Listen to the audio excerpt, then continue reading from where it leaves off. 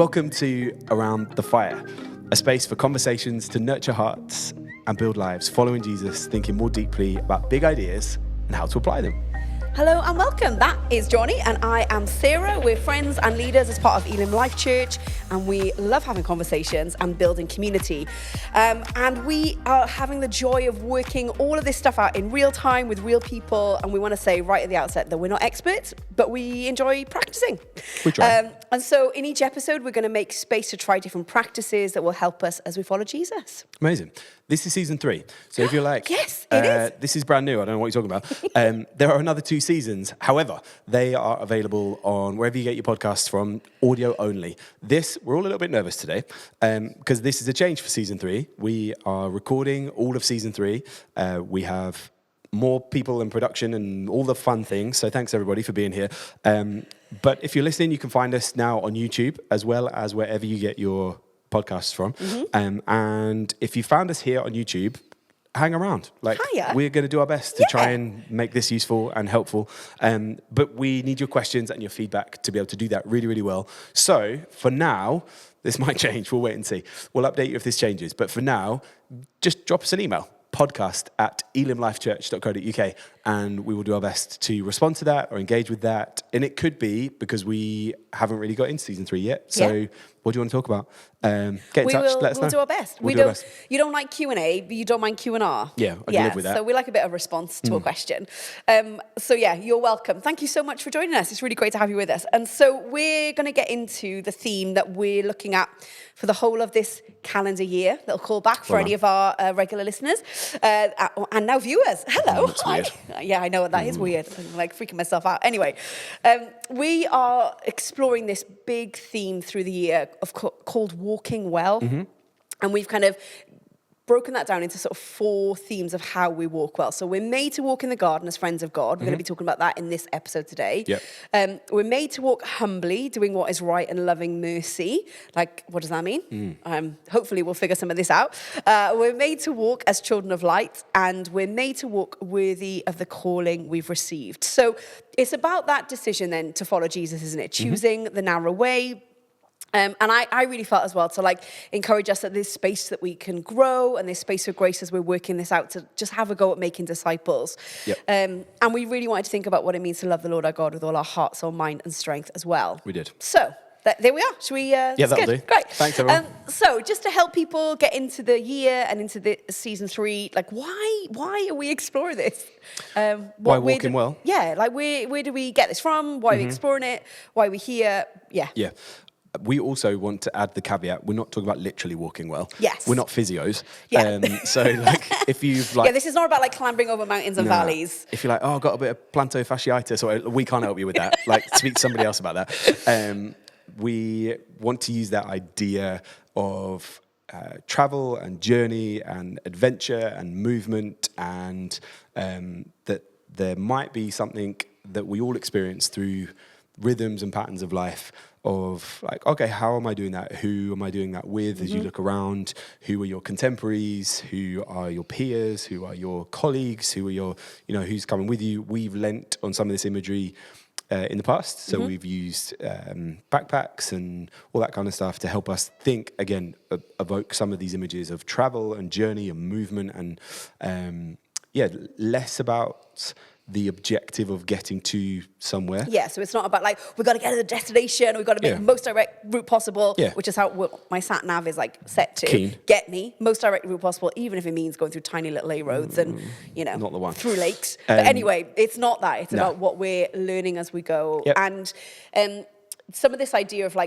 our sort of life choices along the way, those sort of waypoints, directional life choices along the way for who we're becoming internally, in our internal world, but also who we're doing that with. So we've done loads on directional decisions and how we are preparing for a journey and what do we take with us and what are we likely to need. And so the natural progression of that is to actually do the thing.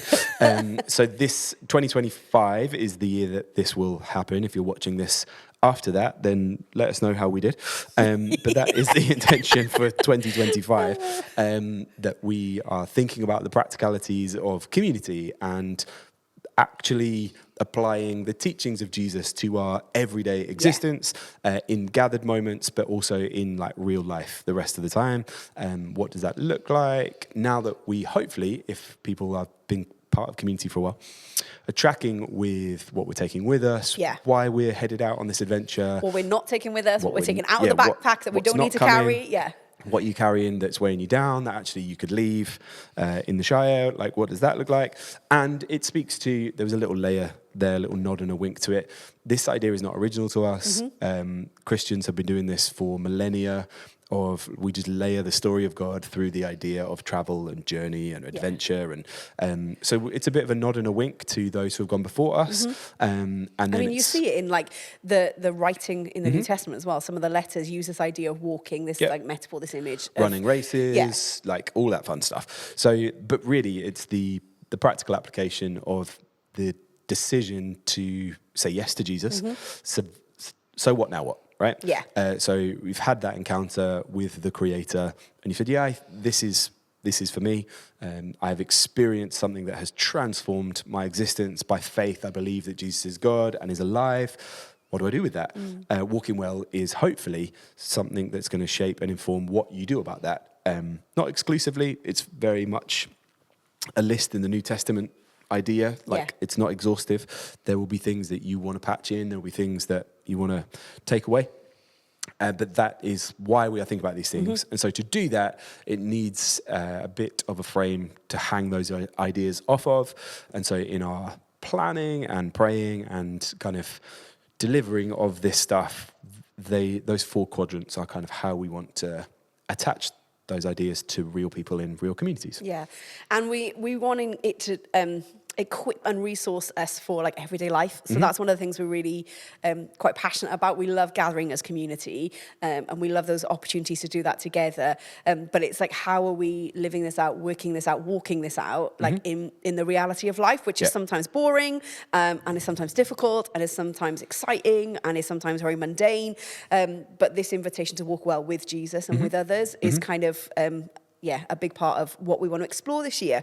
And so that's why we came with those sort of 4 themes, or those 4 descriptors of what it looks like to walk well. And so we want to start literally at the beginning. Like, I love how we're starting at the beginning, but we're also starting at the beginning, because we are made to walk in the garden as friends of God is about starting in Genesis, where like the big story of God and humanity starts. So let's start to unpack it. Do you want to read the verse? Do you want me to read a verse? How do you want to do that? Have you got it there? Yeah, I've got it here. Yeah, cool. Go. So we would encourage you to read like Genesis 1-3, but particularly thinking about this verse 8 in chapter 3. It says, when the cool evening breezes were blowing, the man and his wife heard the Lord God walking about in the garden.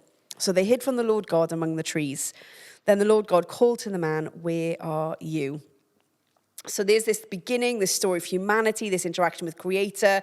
Tell us a little bit about what's going on here, and what we're invited into, really. Go. Explain Genesis is what you've just asked me. I'm always giving you the simple questions. I've given you plenty of leeway. Off you go. I'm not an Old Testament scholar, so practitioners, not experts. I feel like we just need to say that. Thanks, everyone. Our area of expertise is in praxis, in pastoral ministry. So we do our own like study and research and thinking, and so we are doing our best to read widely on these things. But at no point are we claiming to be. It's when we are recording this, experts are having a moment on the internet, and so I just want to make sure nobody feels shortchanged by what they're getting. We are speaking from many years of pastoral experience in. I know we don't look old enough, but genuine. Well, some of us do. In the wild of walking this through with people. So this is not meant to be an academic like reassembly of like the text, or that's not what we're doing. But from wider reading and studying and things that are available to us within the skill sets that we have within our world, we are thinking about the story of God, which starts for us as Christians in Genesis. That is where we pick up our first threads from, introducing us to the nature and the character of God, introducing us to our concept of creation and why we are the way we are, where we are, how we are, some of those things.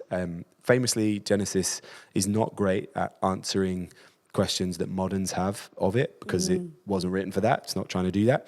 It's not trying to be or replace your science textbook. That's not its job. So we're not asking those questions of it. So with that framing in mind, we approach, and there is this moment, if you have never read a single word of scripture, you know this moment. If you have never encountered the presence of God or acknowledged Jesus as King of your life, you know this moment. This is it. This is the hinge. This is where humanity decides, I'm going to do it my way. I'm going to figure it out for myself. I almost sung the song, but I held it in then. Frank Sinatra would be proud. This is that moment. And so we don't believe that that's where the story stops. And I don't know what your experience has been, but I feel I've heard these verses taught and told with this condemnation in them of like, yeah, you stuffed it, man.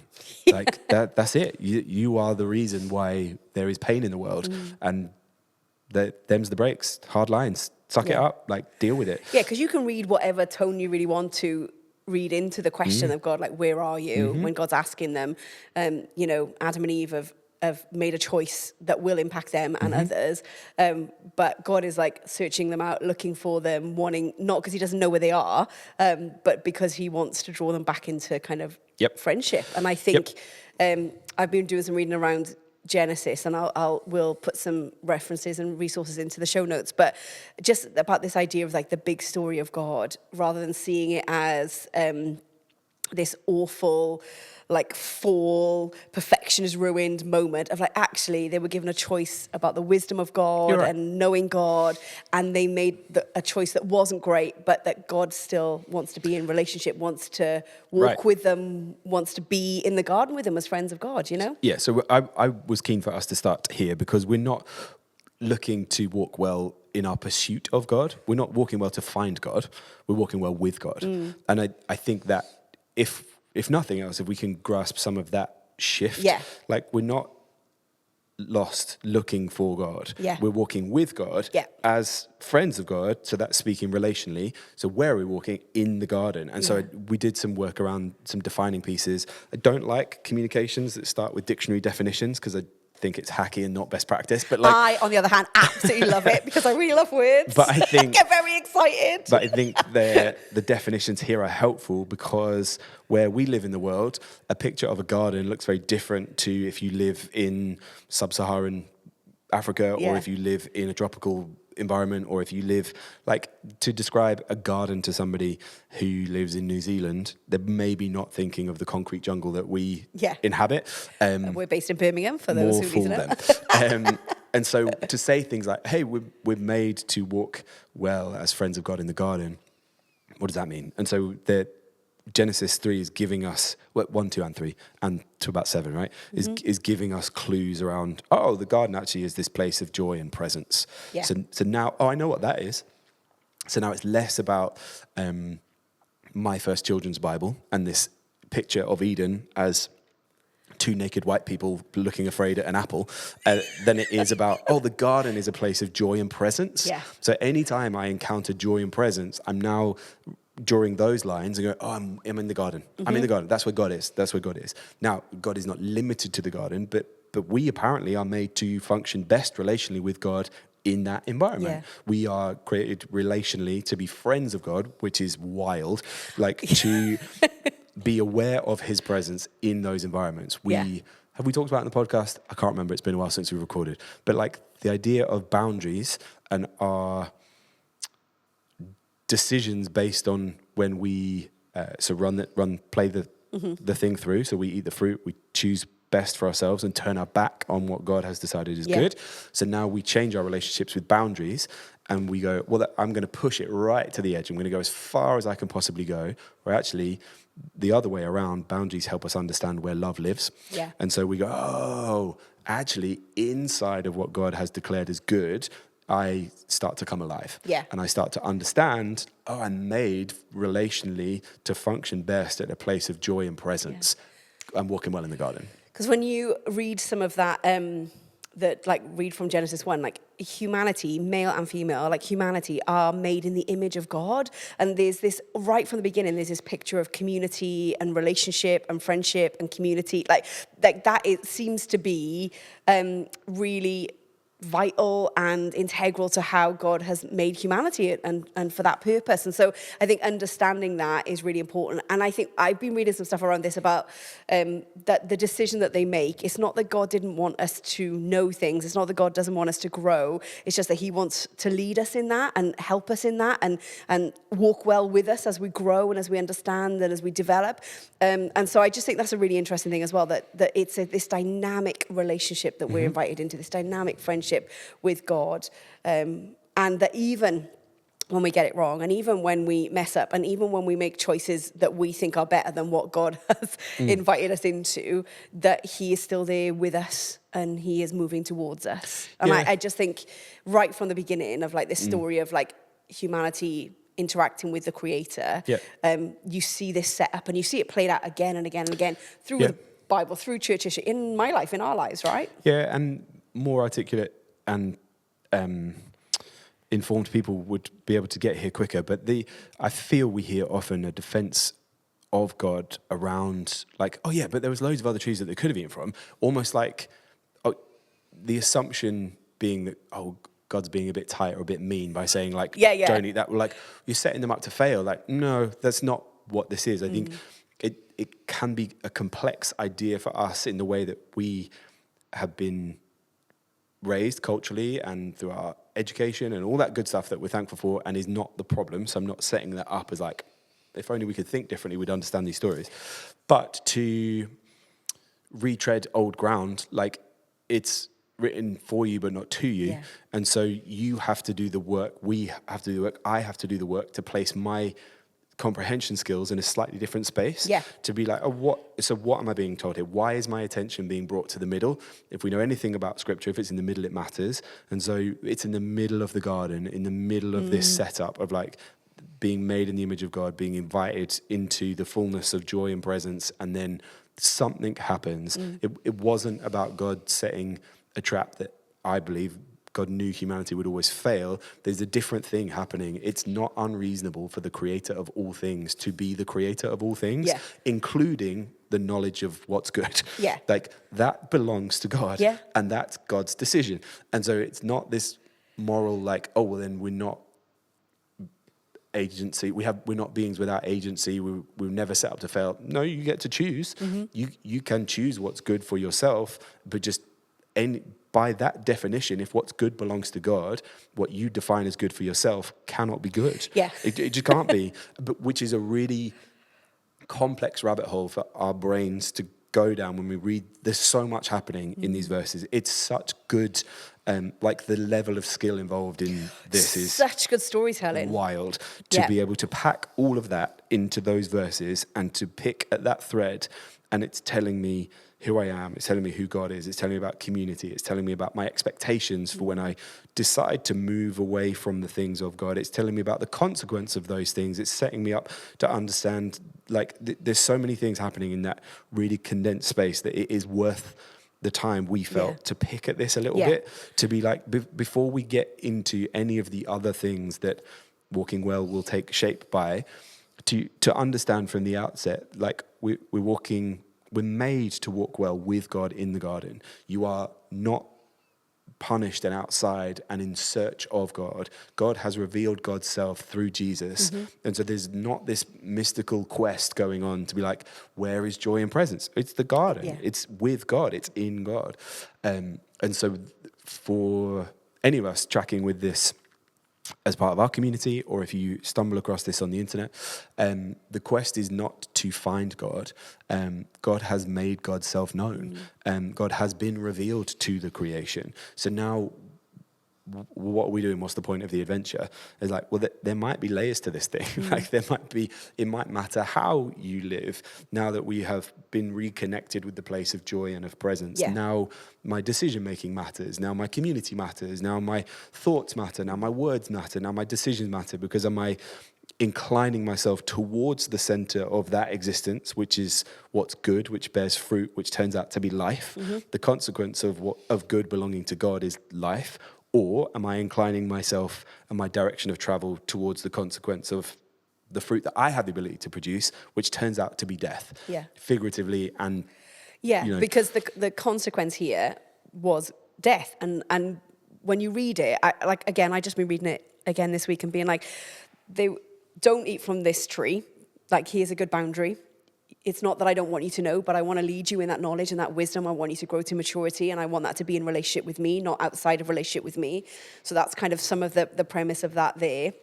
But then this idea that I can choose that for myself, and I know what that is for myself. And the consequence that God kind of explains to them is death, but they don't die.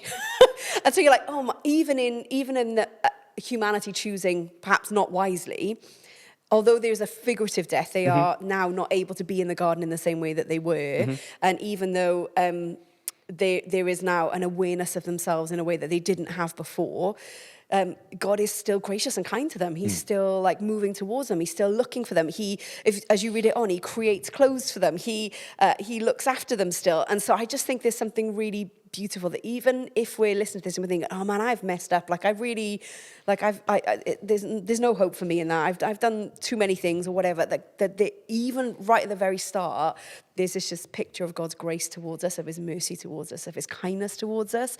And again, you see that it's not an expectation that we will always get everything right, but that we will learn to grow in choosing wisely with God, I think is some of the invitation of this, which feels very different to, oh, you got it wrong, and now there's no hope for you. Actually, there is hope, and that's Jesus, right? Yeah, for sure.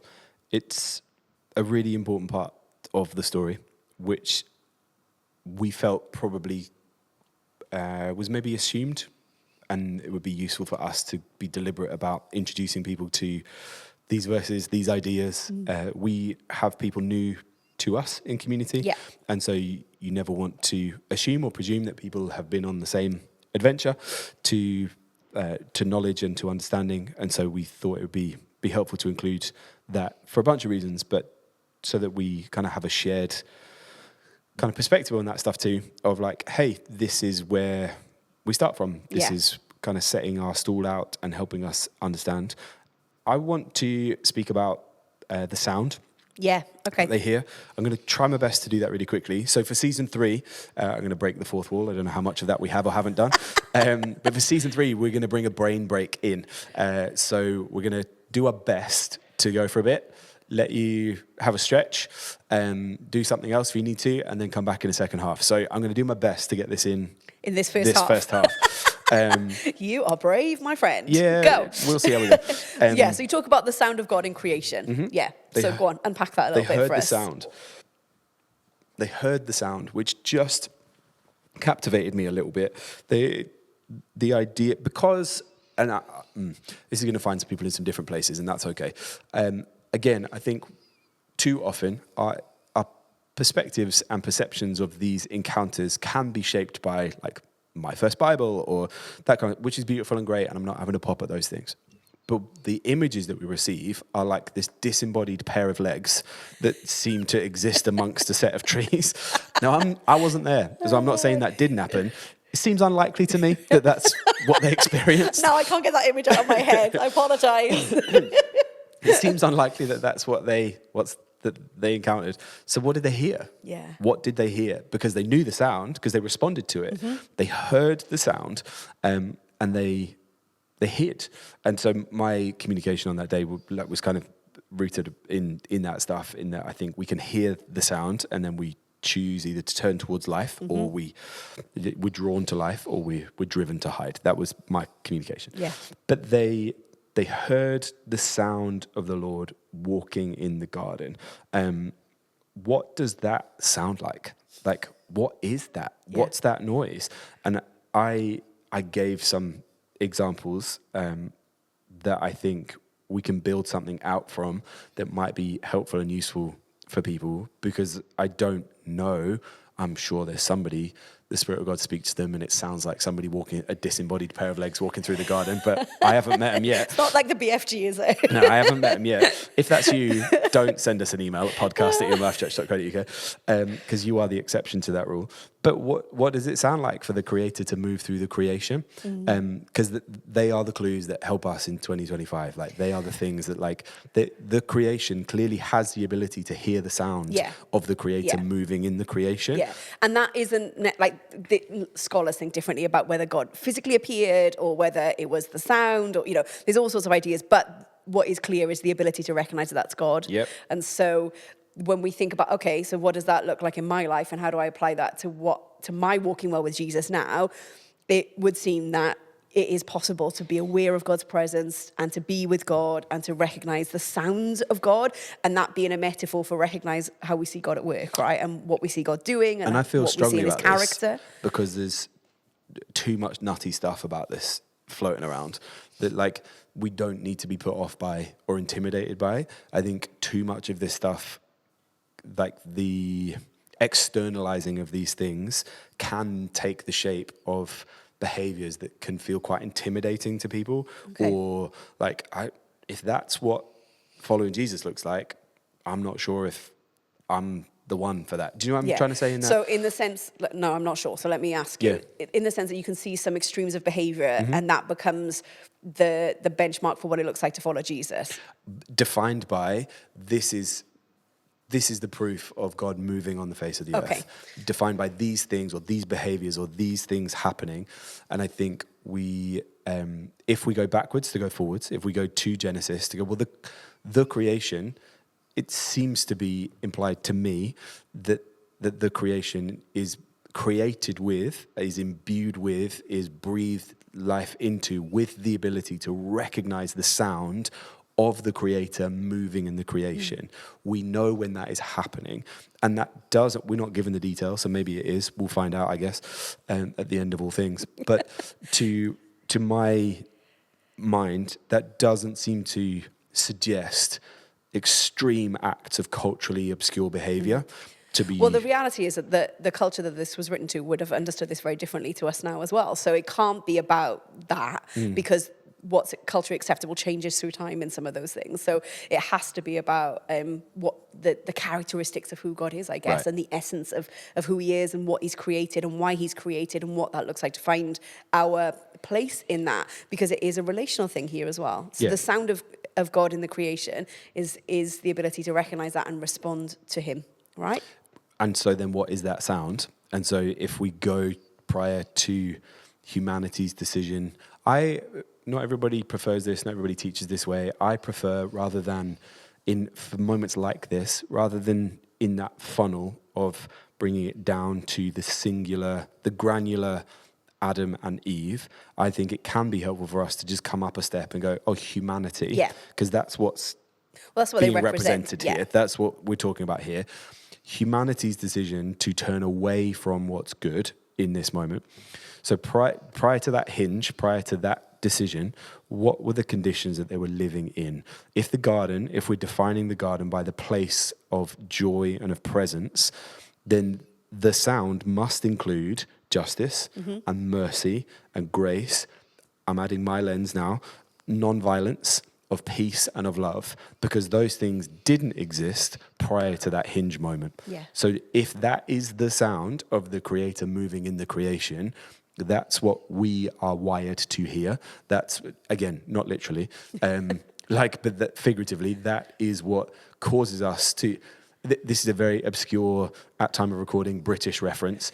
If anybody watches Traitors, that from this season that's just happening right now, there is a moment where on episode 1, if you don't know the premise of the game, this isn't going to make any sense. But somebody goes, the traitors, and they're in a big round table with all 25 at this point of the contestants, and they're not supposed to be giving the game away. Yeah, they're not supposed to acknowledge if they're a traitor or not. And somebody over here says traitors, and a traitor goes, what? And it's like calling your name and turning your name.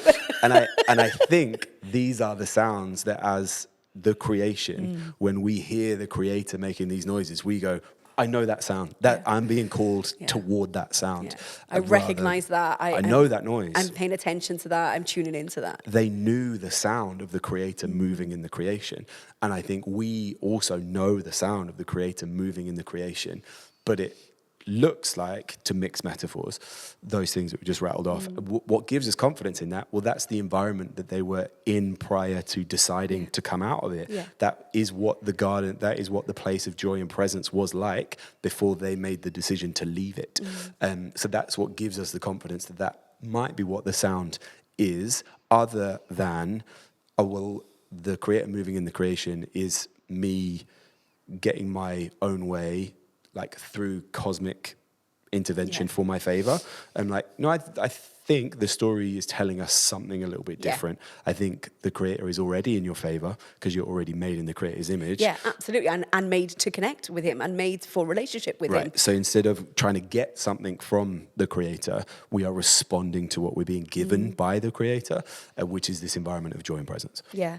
And I think just before we go to a break, it's set up, I think, in such a way that when you read those first few chapters of Genesis, you realize that this is God who creates order out of chaos. Like, this is God who brings light into darkness. Like, this is, of course you would want to listen for his sound. Of course you would want to look to him for his wisdom and for his ways, because of what he's been able to do to bring creation into being. Where else are you going to go? Where else is life found? Yeah. Brilliant. Okay, so we are going to go for a break. Oh, this is very exciting. I feel like I'm the first person to say that on our podcast.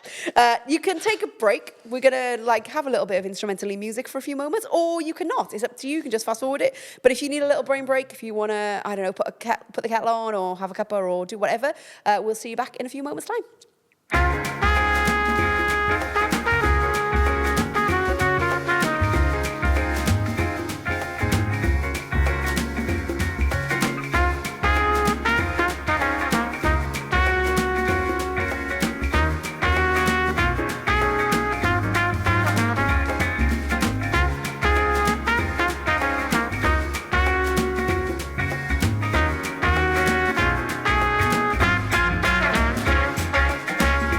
So welcome back to Around the Fire. It's great to have you with us. We are talking together, myself and Johnny, around this whole idea of walking well with God and with others. And we're particularly thinking about what it looks like to be walking well in the garden as friends of God. So we've been exploring some of Genesis together.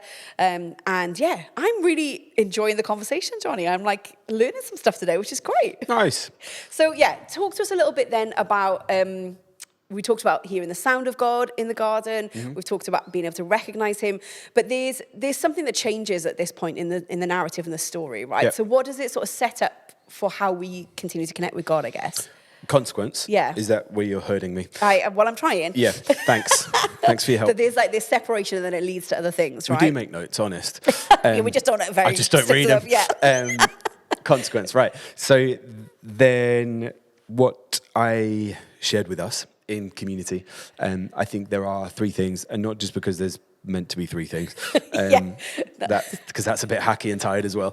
Again, I love it. Absolutely love it. But there are three things. If they can all start with the same letter as well, I guess super excited. They don't, sorry. Sometimes. But there are three things that happen. So there is this separation of human relationships. So if you read on, they turn on each other so fast. Yeah. Even in that moment they do. God's who told you were naked? Well, it was her fault, and it was his fault, and he said, and she said, and the serpent said. It gets so familiar so quickly. They just rat each other out instantly. Every picture of unity and grace and connection community and hanging out with God. And done. And that's a version of death, right? Yeah. It's dead. They're on their own. So there's this separation in human relationships. And so they start fighting. They start their he said, she said. The connection with the Creator is lost. Yeah. And then there is this ongoing, again, if you read on through to Revelation, there is the consequence. We now require rescue. Yeah. Where we were created in this environment, we now need rescuing to be brought back in to this space, which again can be used as a weapon to beat people with. This is not a racial thing. This is not a gender thing. This is not a countries of the world thing. This is this is a humanity thing, isn't it? The lump of earth that was gathered together, literally, figuratively, wherever it finds you, don't care, not my problem. Like the way that you were scraped together and given life, the very place that you were made, you are outside of that place. Yeah. And if you want to get back in, we need to deal with the separation in relationships and the connection with God. Yeah. And to do that, you need rescuing. Yeah. Is what happens kind of in this moment. And you see this story, like we Over talked and about this in the first half, but like over you just again. see it again and again. And like, so I've been reading Peter Enns' book, Genesis for Normal People, which I love.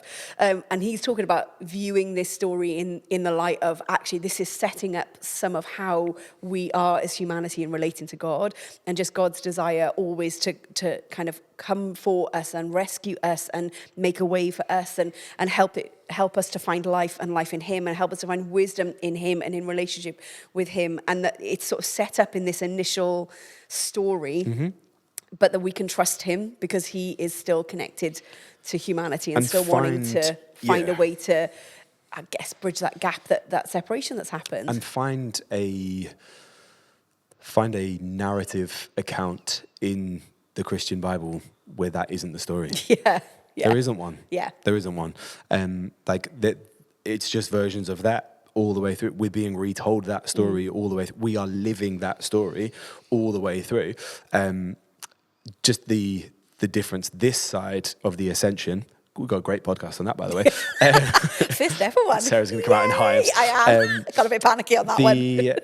Just living this side of the ascension looks very different to perhaps where people across human history have been placed in their response to where they were in that timeline on that story. We live at a place of excitement for the return of Jesus to redeem all for his glory.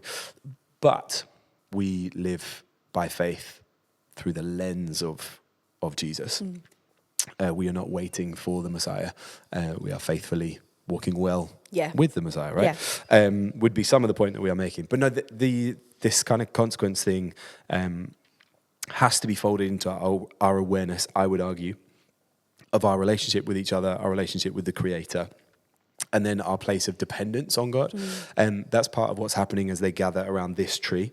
The fruit of the tree of good and evil is life. Yeah. So we gather around that. But, and again, if you are a literalist, fine, take yourself to the tree. Great. Smell the bark, hug the tree, do the thing. I love a good tree. But if you are stretching the boundaries of how you comprehend that in your brain, we figuratively gather around the tree of life. I'm putting down things that, if you know the story, you'll pick up later on. So there's trees all throughout it. All the way through. Look for trees. All they the trees. Are often very significant, kind of this metaphor, this picture of what life can be, and also how God can bring life out of where it feels like life isn't anymore. Yep. Yeah. Cursed trees for producing fruit within us too, and trees that feed the nations and heal things. And then a tree that Jesus hung on, right? So like all of these, all the way through. All the images, and then right to the end in Revelation with this picture of a new heaven and a new earth, and at the center there's a tree. You've got to have a lens for trees. Yeah. And so we gather around this tree with the expectation that its fruit, so the way that it sustains us, is life. The tree is called the tree of the knowledge of good and evil, and it belongs to God. So life belongs to God is part of what I would argue that's teaching and telling us. Yeah. And so as we gather around that, we are dependent on God, which is why I don't think it's unreasonable or cruel of God to say you can't have that one. Because the minute you have access to all of them, you're dependent on yourself and you're not dependent on God for life. Yeah. Now, if we know anything to be true, I can't bring or sustain life. I can stay alive, but I can't produce life. I can't sustain life. And so God is telling us about God's self by saying, you can't have access to this one. And we go, that's unfair, you're cruel, you're mean. And he's like, well, fine. You can if you want to. Yeah. And we go, I'm going to die now. I need your help. I need you back. Yeah. And he's like, right, come back. Yeah. And where we experience that 1,000 times a day relationally or in our decision making, God never responds as we have the tendency to do in our ungodlike condition to go, well, you should have listened. You should have listened, shouldn't you? Yeah, he's not there going, I've told you 1,000 times, like that, like hand on the hips moment. Yeah. It's not. He's like, where are you? Yeah. Like, and I want hear, to be with you. Like, I hear compassion in that. I hear, like, he's not stomping. He's not shouting. He's not, I don't read that in the text. I don't understand that. I'm like, God, because God has made us in his image and for relationship, the fact that they've hidden away. And I think... grief. Yeah, I think one of the things that's really interesting that you've been helping us think about with this is this idea of, shame and fear and anger will make you isolate, will make you hide, will make you draw away from God. Whereas God in love is drawing towards us and making it possible for us to draw back to him, knowing that he is the safe place. So there will be consequences to the things that we do and we say that are not of God and that are not good when we choose our own version of what good is. And we choose our own version of what right is, separate to God, then that doesn't bring anything of life. No. But even in that, God is like, where are you? I'm moving towards you to rescue you, to this big picture of God as creator. And then as you read through, of deliverer. So here I am, I've created, I've made, and now I will also rescue. I will deliver you from the choices that you've made. Which doesn't find everybody in a fun place.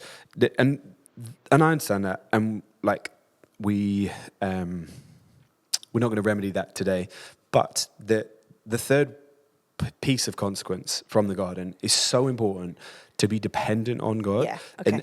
And it's not now my ability to learn information that restores my relationship with the tree.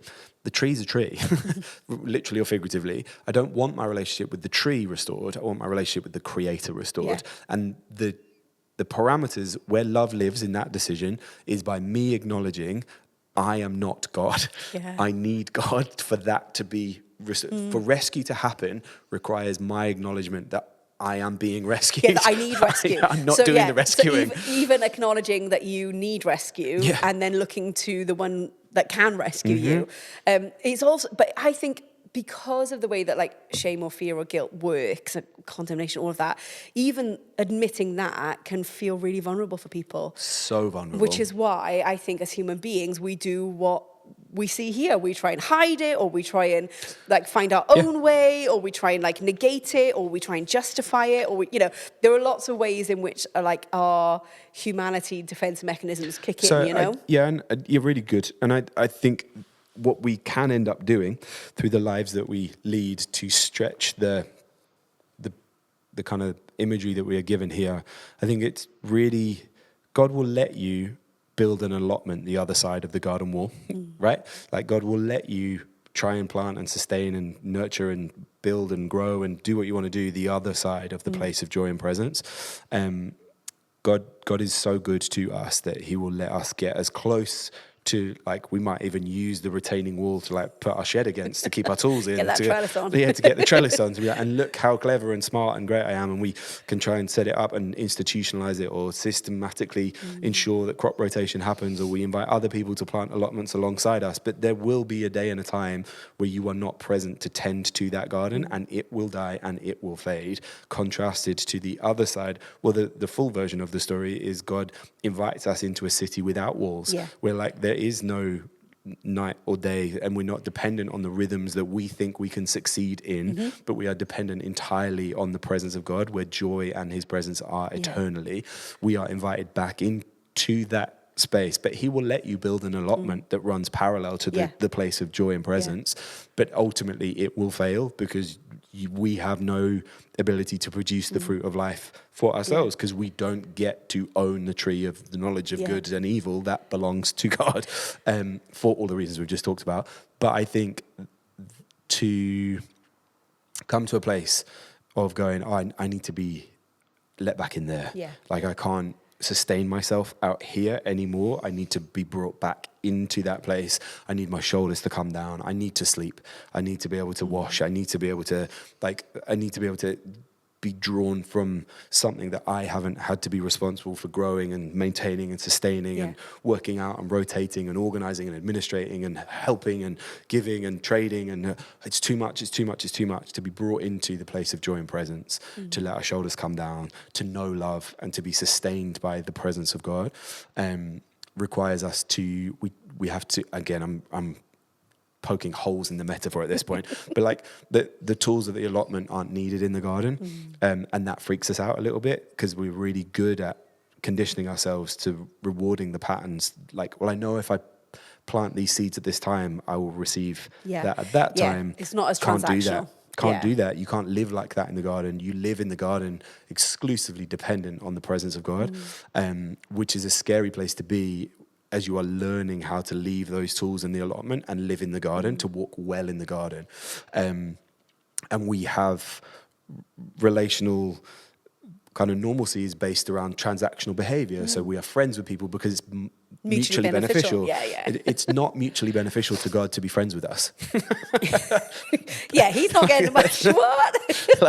That doesn't mean God doesn't want to be friends with you. Yeah. But like, it's a very whole new way of doing everything. A whole new way of doing everything. And if you are the type of person who doesn't like to be placed in a position of dependence, or you don't like owing anybody anything, and I mean that in health, like I don't mean that in like an agitated negative kind of way, but if you don't like being bonded by somebody through something that you can't repay, you're going to need to ask for the Spirit of God to move in how you understand your relationship with your Creator. Otherwise you're permanently going to feel like, is this good enough? Have I worked hard enough? Have I done enough? Have I turned up enough? Have I been inclusive enough? Have I opened up enough? Have I given enough away? Have I prayed enough? Have I fasted enough? Have I celebrated enough? Have I done Well, the done question enough is, am I enough? And the reality is none of us are enough. And that's kind of the point, is that actually God loves us in spite of all that, because he's made us to be in friendship with him. And so I think a lot of the world that we live in are driven by this, am I enough? Like, can I get enough, or am I enough? And I think God shows us, hey, you don't need to be, because I am. Like, you don't need to be enough, because I am enough. And will you find your sense of identity? Will you find your dignity? Will you find the way that you live your life? Will you find your wisdom? Will you find all of that in me and through me and because of me? And like you said, now we live in the light of Jesus. So we live knowing that he has accomplished that for us. Like, he's made a way for us to meet with God and to find all of those things in God, forgiveness and friendship and life and joy and hope and peace, and the things that we see in the garden. But that requires, I think, a posture of your heart, really, which is this dependency thing. And that isn't easy. So I don't want people to like listen to this podcast and go, oh, it's all right for you. It isn't easy, because, and you will have opportunity again and again and again to come back and choose God's good ways or God's good life. And there isn't guilt or condemnation or shame or fear when we don't, because God is always moving towards us. You see it, like humanity, creation, relationship. Oh, we mess up, God drawing us back. And sometimes the consequences of those are painful and difficult, of our own actions, of people's choices in the world and the environment that we live in. And I've been reading a book called, and I want to really recommend this, it's called The Gift of Being Yourself by David Benner. And it's about this idea of like who we are in relation to God.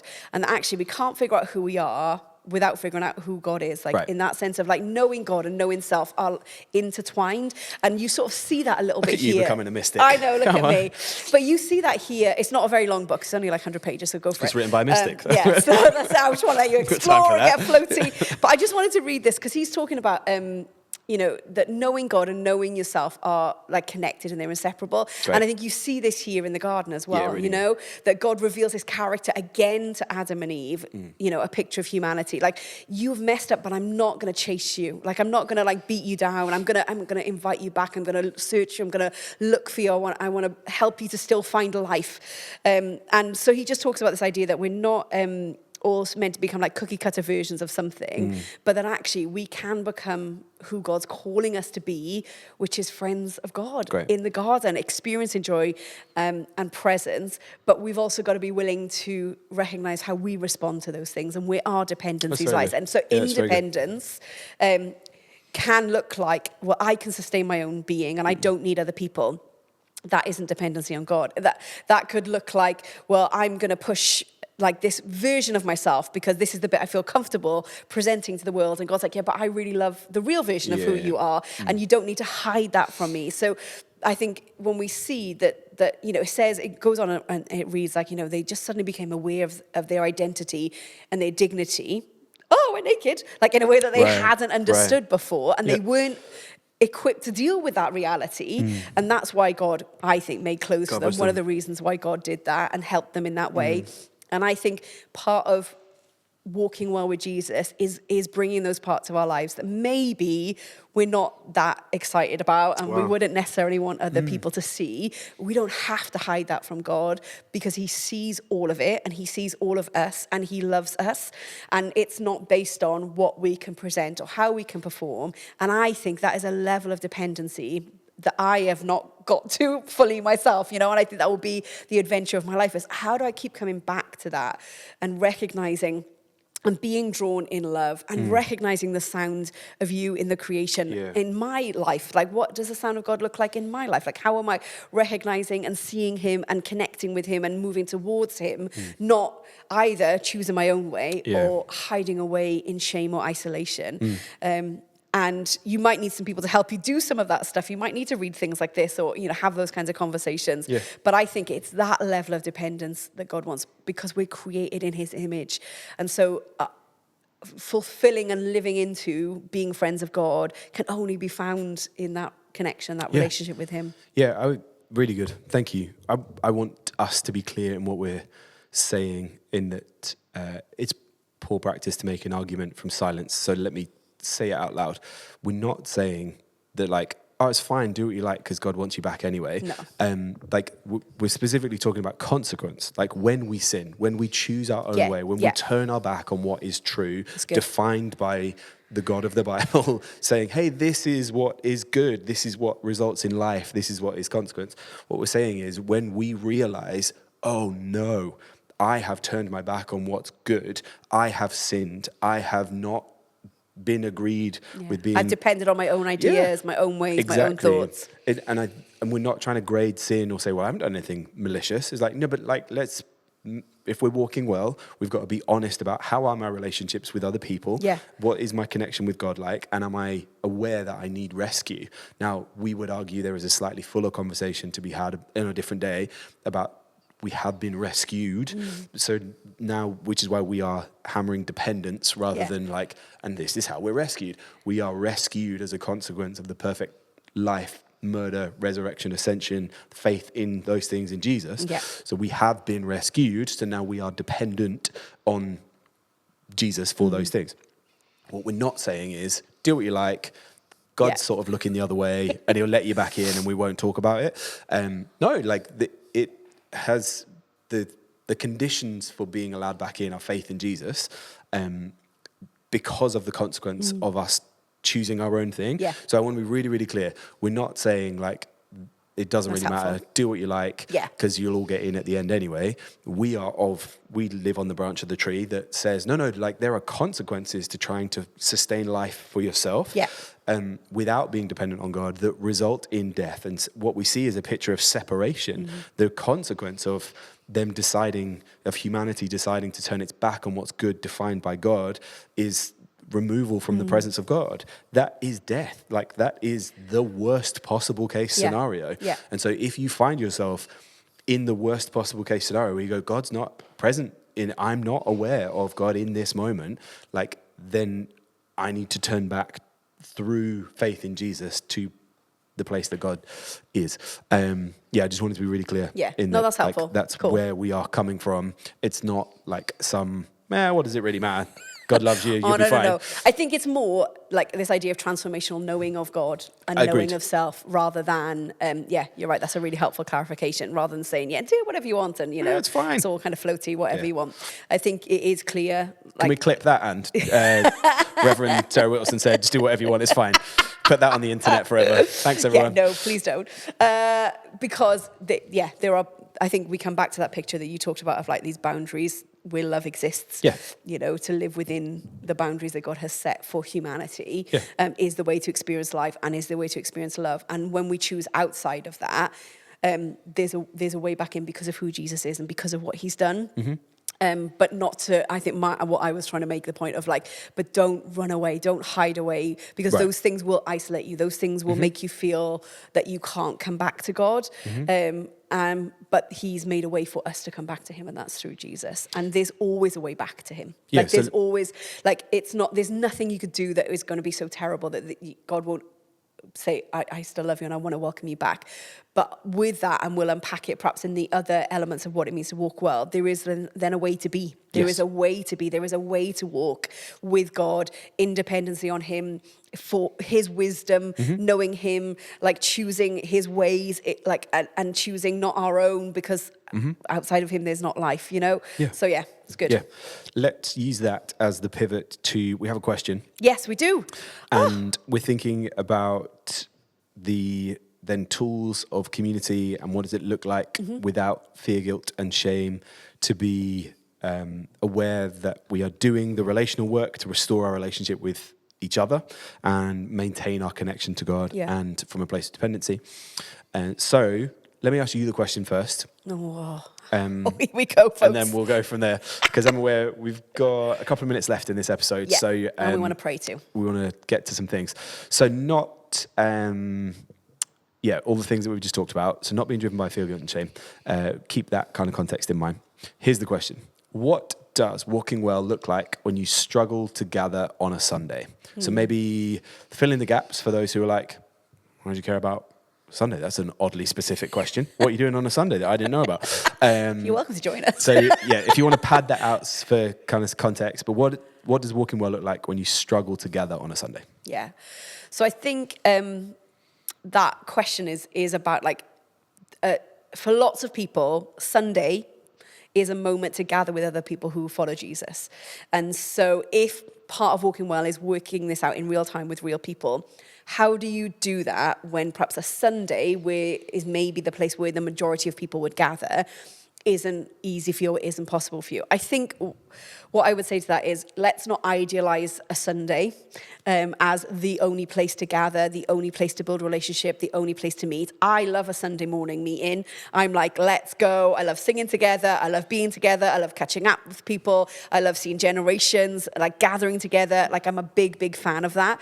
But that's not the only way that you can build relationship or build community. So what I would say in response to that question is, I do think walking well requires each other. And so trying to find your community, but it doesn't have to look like 10:30 on a Sunday.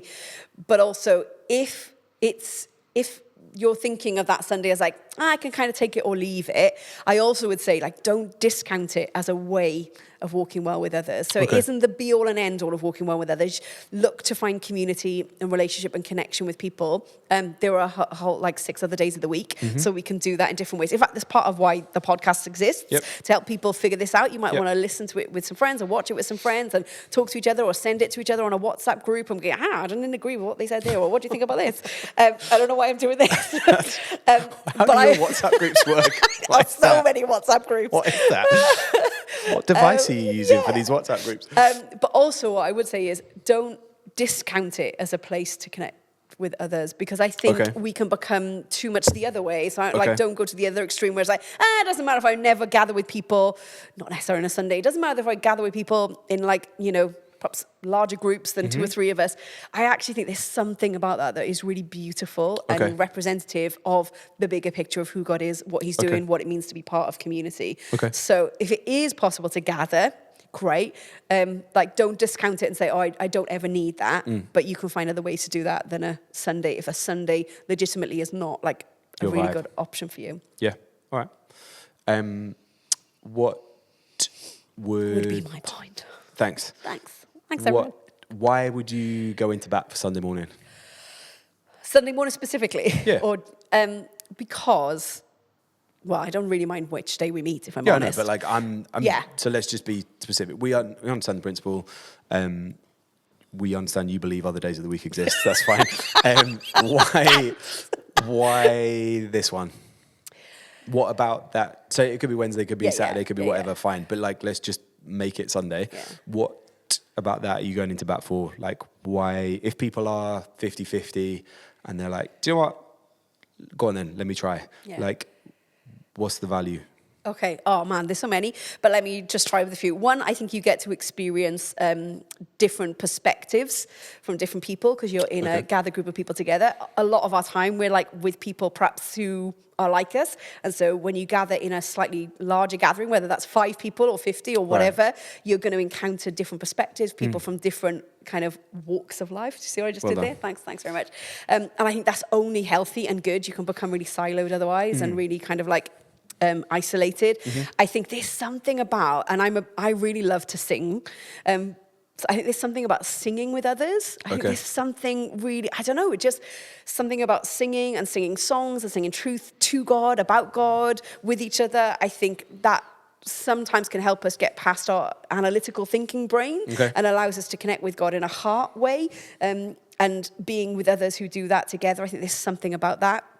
Also, I think those conversations, one of the things, and I hate to bring up COVID, but one of the things that we really, really missed in COVID was those incidental conversations that felt so insignificant in the moment. Oh, I'm just checking in with someone. I'm just having a coffee with someone. I'm just checking, how has your kids been this week? Or, what's happening with the cat? Or I don't know, whatever it is. And I don't think that we realized how important those are for human connection, for thriving, for flourishing, for being seen and known and valued and belonging to something.